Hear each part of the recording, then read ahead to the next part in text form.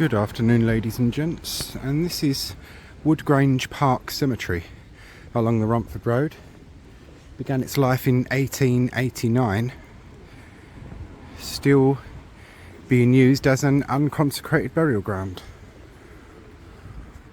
We'll start with some of the older graves, which are over here. Just to this spot here, there used to be a church there. I'll put a picture on of it, if I can find one. There used to be a church at the end. There was a big scandal over this churchyard or cemetery in the 1880s or thereabouts. Sorry, let me start again, because this cemetery is 1880s. There was a big scandal about this cemetery in the 1990s, early 2000s or thereabouts. And they sold off bits of the cemetery at the back. And they bought bodies out of graves, and it wasn't decently done, shall we say. But we'll begin with some of our oldest graves. This cemetery is not in very good nick, if I'm honest with you. Primarily used for Muslim or Islamic burials now, in loving memory of my dear husband James Gallivan, who departed this life February the 21st, 1928, aged 60 years. Also Sarah Gallivan, beloved wife of the above, died November the 27th, 1954, aged 88. And these are some of the oldest and most impressive ones. Charlotte Elizabeth Radburn, our dear mother, in ever loving memory of our dear mother, Charlotte Elizabeth Radburn, died 28th of January 1928, aged 76 years. Radburn. Also Charlotte Mabel Davey, daughter of the above, who died 26th of March 1955, aged 74. In love and remembrance of Charles John Warwick, beloved husband of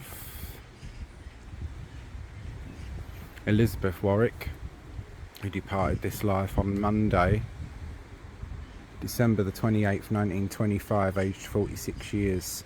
Also the above named Elizabeth Warwick, who fell asleep on Sunday, January the 7th, 1940, aged 58 years.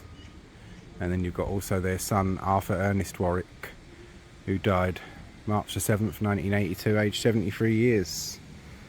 And you've got Mabel Isabel Warwick Corlett, resting with family, 1907 to 2003. Yeah, as I say, a lot of these are used for Islamic burials now, but the older graves are mostly here, and some of them are not in that good nick, if I'm honest with you. They're starting to collapse in and things like that. But we'll go in and we shall have a look, because that's what we're here for, isn't it? And this one is in loving memory of Edward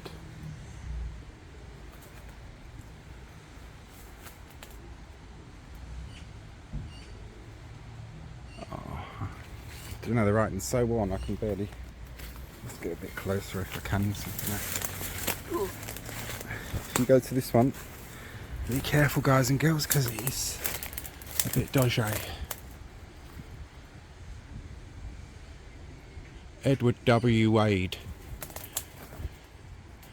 who died 26 September 1920, aged 80. Also Emma, beloved wife of the above, died the 3rd of January 1922, aged 77 years.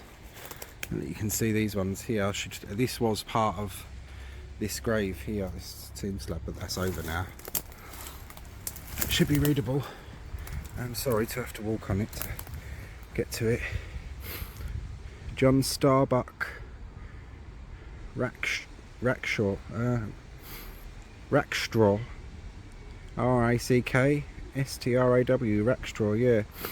Lay of Gravesend, who died 17th of March 1906, aged 73 years.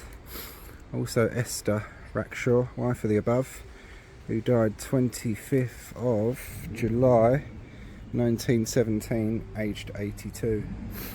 And you can see some of them have actually been shifted from their original alignments, like this one. I won't show you the more modern graves, because that's not too fair, like, to focus on them, but a lot of them are Islamic type graves. Yeah.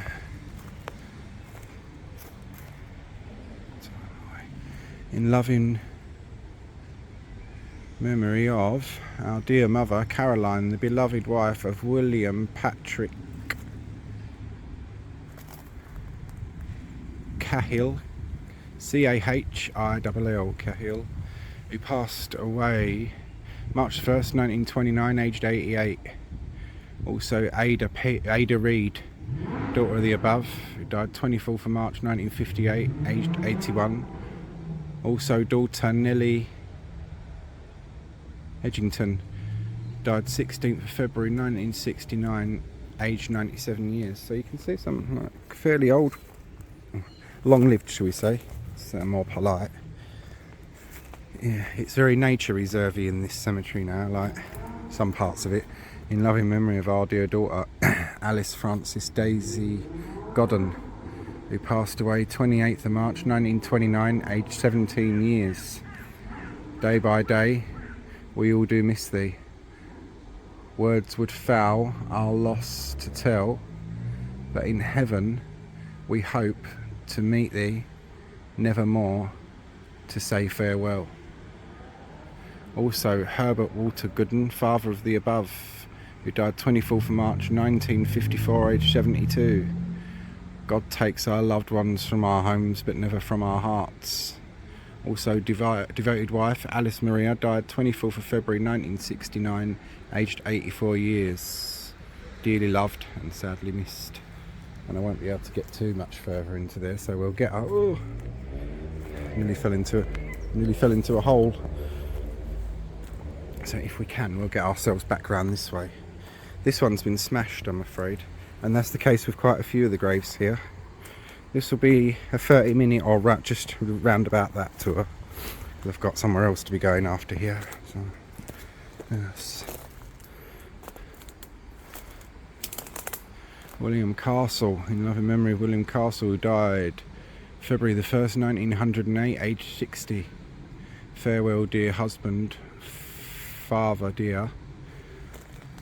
From this sad life of toil and care, let's hope to meet in heaven above and reunite in God's own love. Also Sarah Castle, beloved wife of the above, who died March the 16th, 1920, aged 70. United. Also William James Castle, eldest son of the above, died December the 11th, 1947, aged 79. And we should be able to get our way back out through this way, hopefully. Oh.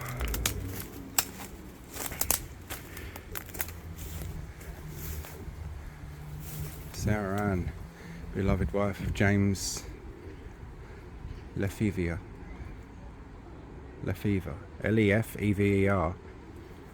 salesman in Farringdon Market and Bethnal Green. Oh, that's an interesting one, I'll take a picture of that. And Bethnal Green, who died 24th of March 1895, aged 43 years. Thy will be done. Also Caroline Amelia Lefevre, who died the 11th of February 1917, aged 60 years. Rest in peace. Also the above named James Lefevre, who died 30th of November 1922, aged 74 years. Oh look, another castle grave there. Must be related to those ones we just said about. In memory of John Castle, who died 30th of September 1904, aged 52 years. Loved and respected by all who knew him. We love thee well, but Jesus loves thee best. Good night. Also, sweating. Also Frank Castle, who died the 21st of March 1908, aged 54 years. Gone from us, but not forgotten. And you got Isabella Isaacs, in loving remembrance of Isabella Isaacs, who died. Ooh.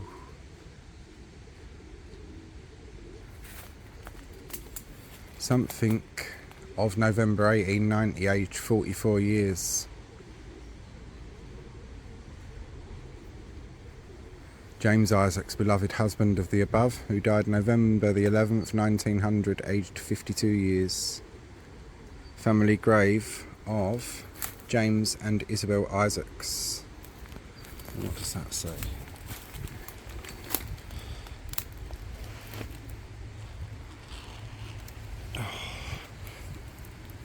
Of the Plough and Harrow, Leytonstone. So it's a pub. Publican. That's pretty good growth for pretty good trade though, actually, especially back in those days. Nearly everyone drank. Whew. The family, the private vault of George, Alfred and Jane Daniel. George Daniel. And the writing's all gone from the top, and you've got also Jane, beloved wife of the above, died June the 3rd, 1902, aged 68 years of age. All my trust in thee stayed.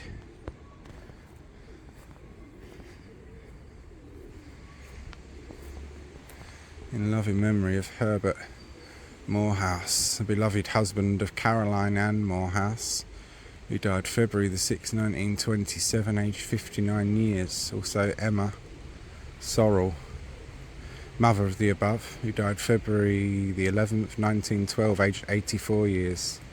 Also Caroline Annie Morehouse, who died June the 24th, 1960, aged 84 years.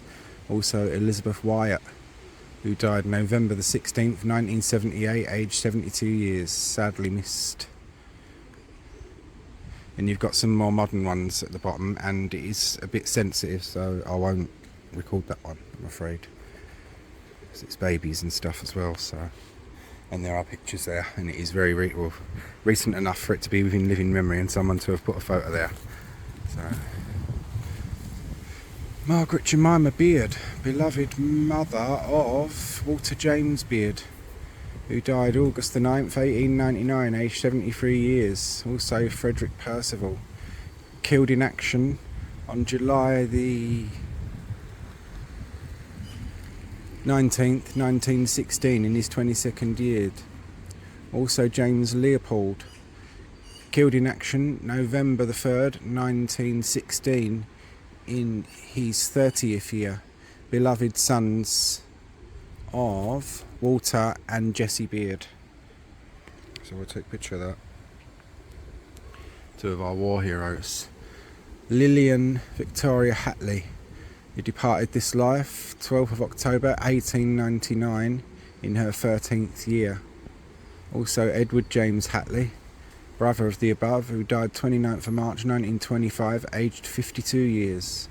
Also Louisa Hatley, mother of the above, who died the 1st of October 1923, aged 77 years. Also Bernard Hatley, husband of the above, who died 18th September 1933, aged 84 years. Reunited. So, yeah, we'll have a little sweep round of the cemetery. This here, just where all these seagulls and pigeons are, there used to be a church or a chapel there, but it's gone now. That went some years ago. It was derelict when I was a teenager. Ex-girlfriend of mine, her grandparents lived basically overlooking this cemetery, and you could see right inside it. And like we walked in here, and the church was derelict. You could walk inside the church and it was just an empty shell of a church. And you've got more old graves over this way. So we've got half an hour. This cemetery is open until 7 o'clock at night, unusually. So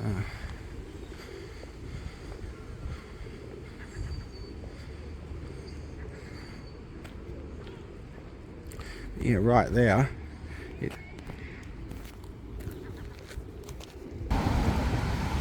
Well, I'm afraid that concludes our tour, ladies and gents. They don't allow filming inside the cemetery, which is fair enough. So That was the Woodgrange Park Cemetery, what you've seen of it, and I'll put some pictures at the end of the church, how it was years ago, if I can find one. So if not, then you've had a little tour of that. Hope you all found it interesting, or what there was of it. Well, I'm sorry about that, everyone. We got chucked out, basically. Lady was very nice, but it's a private cemetery, and there's a blanket ban on filming and photography in there as of 2001, and we'll discuss a little bit more of that as we go into the video. Well, we are able to carry on through photography pretty well, because it's a shame really that we did get sort of stopped, because I hadn't got into all the proper history and the most interesting points of the cemetery, which I was going to wait till I got to the Commonwealth war graves and show you those, and then go more into the history of it. But as I say, there was a church or chapel in there, and this is it. This is 1950s or 60s, this photograph, and you can see the cemetery in a much better state of repair.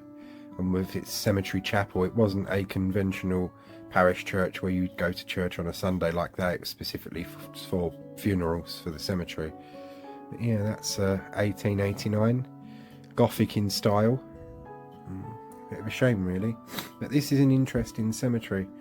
It's got links to the Iranian Embassy Siege and a bit of a scandal that happened, so we'll discuss more of that as we go along. Woodgrange Park Cemetery, Romford Road. In contrast to Manor Park Cemetery and many of the other big city and London cemeteries, it is a privately owned burial ground and is owned by Badgehurst Limited of Grays, Essex. And the cemetery suffers much neglect and is in a sorry state, as you can see in my video. It is tucked away behind a Tesco convenience store and a service station. It was founded in 1889 and originally covered 28 acres and is bordered on one side by the Chimney Pot railway line.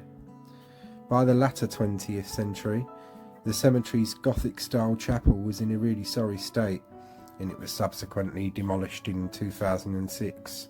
And this is how I remember it. This image is 1999, and it's more or less slap bang on the era from when I remember it. It's not one of my own photos, of course, but I wasn't taking pictures from doing this kind of thing back then. I was only 15 or whatnot, but yeah, this is how I remember it. It's my girlfriend's grandparents lived opposite the cemetery, and you could see right into this and see that it was an accessible abandoned building. As you see it here, there's no door on it and you could just walk straight in. It was still roofed, but the bell tower area, everything had been gutted out of that, and that was open to the sky by this point. There are a total of 287 World War I and 101 World War II burials in the cemetery, and a very impressive war memorial. These are the World War I Commonwealth war graves.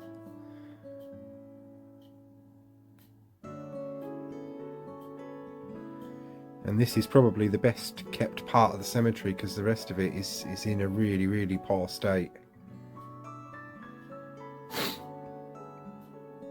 Here is its war memorial.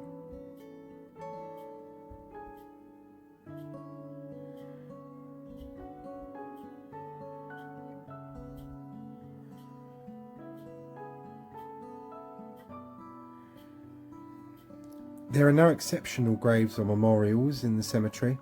Its most notorious occupants are the 5 Iranian terrorists who were shot during the siege of the Iranian Embassy in 1980. They are buried within the cemetery in unmarked graves in undisclosed locations.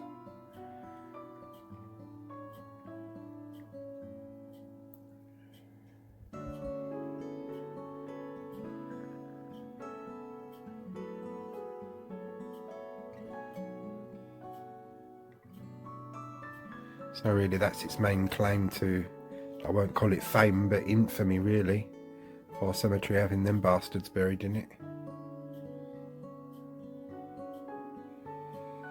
Its most distinguished internee is probably Frederick Charrington, 1850 to 1936. Charrington was a member of the well-known family of brewers, but became known as the great temperance advocate for his vigorous promotion of abstinence from drink. So that's an interesting story of him from a brewing family and completely turned against drink. I didn't get time to find his grave in the cemetery, and there are no images of it online. This is an image of Frederick Charrington.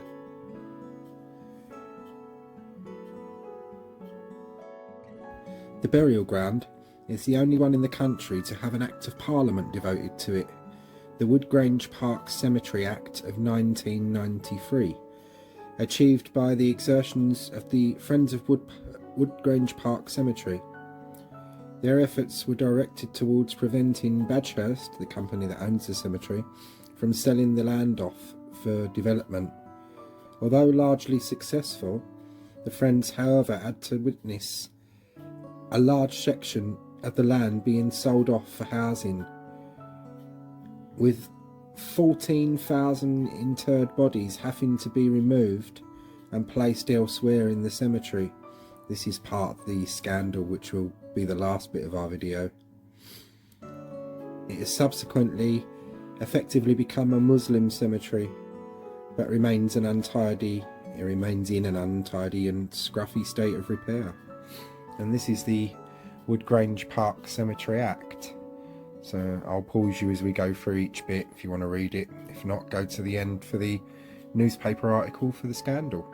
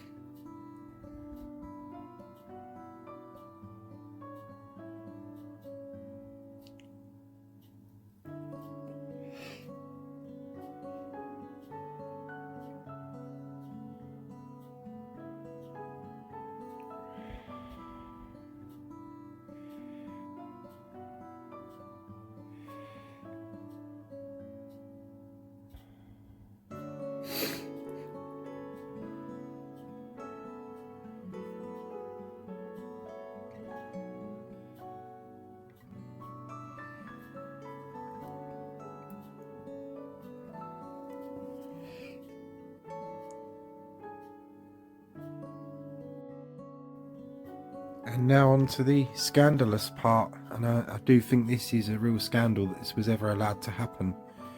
First time I've ever had to issue a trigger warning, because some of my page members could well have had family buried in this cemetery that were affected by this.